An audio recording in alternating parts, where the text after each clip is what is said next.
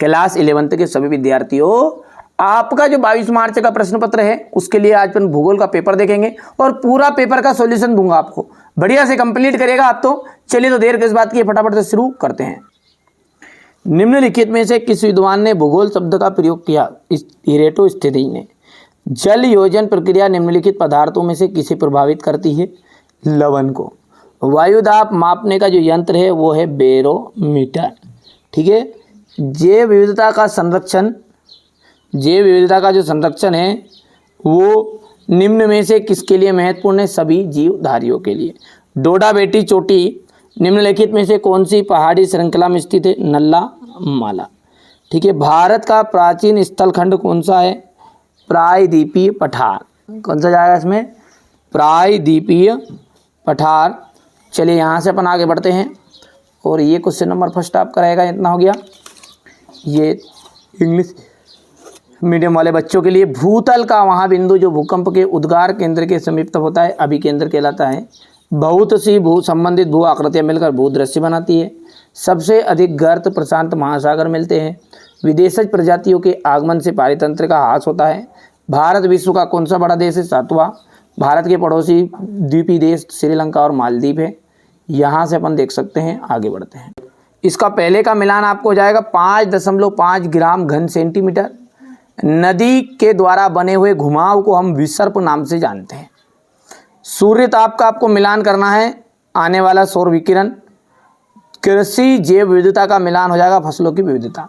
यही प्रश्न आपको सुबह देखने को मिलने वाले हैं, बढ़िया से तो कंप्लीट कर लीजिएगा। चलिए इसके बाद में यहाँ से अपन देखते हैं, पृथ्वी की त्रिज्या कितनी है? 6378 किलोमीटर। अनाच्छादन शब्द का क्या अर्थ है? आवरण हटाना। शीत वताग्रह के साथ किस प्रकार के मेघ बनते हैं? कपासी मेघ। समान भौतिक लक्षणों वाले जीवों के समूह को क्या कहा जाता है? प्रजाति कहा जाता है। भारत देश की जो आर्द्र भूमि है उसको कितने वर्गों में बांटा गया है?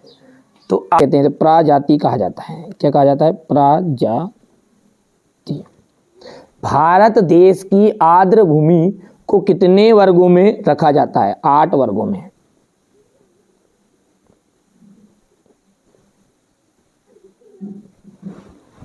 हो गया था। अब अगला है जो है वो सत्य असत्य। देखिए, पृथ्वी के धरातल की गहराई बढ़ने के साथ साथ तापमान और दबाव भी कम हो जाता है। क्या? देखिए, तापमान बढ़ता है और दबाव अधिक होता है ना, तो ये भैया गलत बात है ना। तापमान बढ़ेगा, नीचे से धरती हो जाता, ज्वालामुखी निकलते देखा अपन। पवन द्वारा बहाकर लाई गई बारीक मिट्टी को लोयस कहलाती है। क्या? बिल्कुल राइट बात है ये। समदाब रेखाओं के दूर दूर होने से दाब प्रवणता अधिक होती है, ये बात आपकी असत्य रहेगी। भारत जो विश्व के कुल स्थलीय धरातल का 2.4% भाग रखता है, ये आपका एकदम राइट रहेगा। भारत की उत्तरीय सीमा पर हिमालय पर्वत स्थित है, ये राइट रहेगा। भारत में औसत वार्षिक वर्षा जो है लगभग 125 सेंटीमीटर है, ये भी आपका राइट रहने वाला है। अब क्वेश्चन नंबर जो 6 है, देखिएगा क्वेश्चन नंबर 6 का प्रश्न आप ध्यान से पढ़िए कि भूगोल किन किन शब्दों से मिलकर बना है। ठीक है, तो मैं बढ़िया से इसका सॉल्यूशन आपको प्रोवाइड करा रहा हूँ। यहाँ से आपको अब देखना है क्वेश्चन नंबर 6 से, है ना। चलिए, ये क्वेश्चन नंबर 6 है, स्क्रीनशॉट ले लेना बेटा बढ़िया से, आप तो कंप्लीट करो। ये क्वेश्चन नंबर 6। इसके बाद में आगे की बात करें तो ये क्वेश्चन नंबर 6 का अथवा है। देख लीजिए, भूगोल की एक परिभाषा लिखनी है। वे कौन कौन से कारक है जो पृथ्वी के तापमान के वितरण को प्रभावित करते हैं?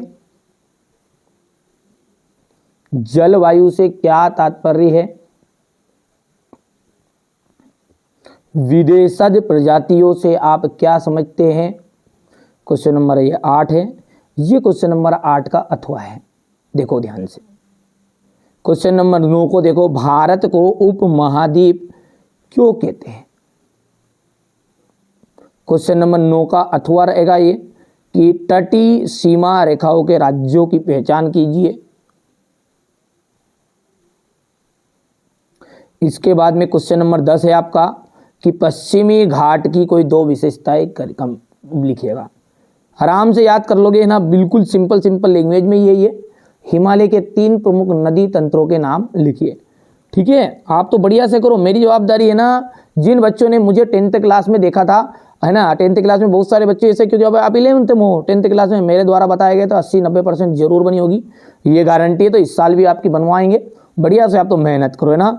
नदी द्रोणी और जल संभर में अंतर है।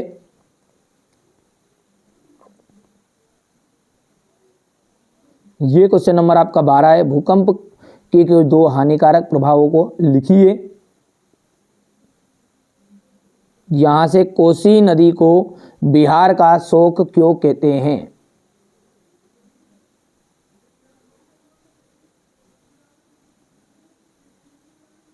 ये क्वेश्चन नंबर आपका 13 है।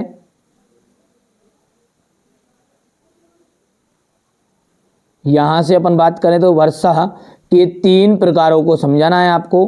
तो देखिए, यहां से पहला संवहनीय वर्षा है, ठीक है। दूसरी जो है वो पर्वतीय वर्षा, स्क्रीनशॉट लेते जाओ। तीसरा जो है, बस 3 ही, 2 कितने प्रकार बताए इसने? वर्षा के प्रकार है तो 3 नहीं है, 2 प्रकार है ना। तीनों प्रकारों में से 2 प्रकार आपको लिखने हैं। अच्छा, एक बच्चों ने क्या स्क्रीनशॉट में ले नहीं पाए, मतलब वो पीडीएफ बनाई, जब कोई दिक्कत नहीं, आप कर लेना उसको, है ना। तीसरी वर्षा का प्रकार को यहाँ पर देखिए, महाद्वीपीय शेल्फ का निर्माण कैसे हुआ, इसकी कोई 3 विशेषताएं बताइए। क्वेश्चन नंबर 14 का अथवा देख लीजिएगा ध्यान से आप, तो ये थोड़ा सा छोटा करना पड़ेगा। कैसे? ये आराम से करो, बिल्कुल शांति से ना, है ना भैया।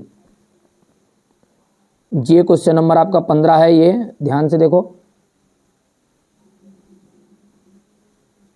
क्वेश्चन नंबर ये 15 का अथवा है।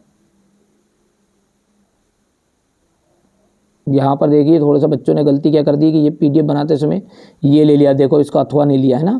तो ये पूरा उत्तर नहीं है यार, इसके लिए माफ़ी चाहूँगा, है ना। ये क्वेश्चन नंबर 16 है, इसको करना आप, है ना। कोई से उत्तर ऐसे कि एक आधा उत्तर का गड़बड़ कर दिया उन्होंने, तो ठीक है।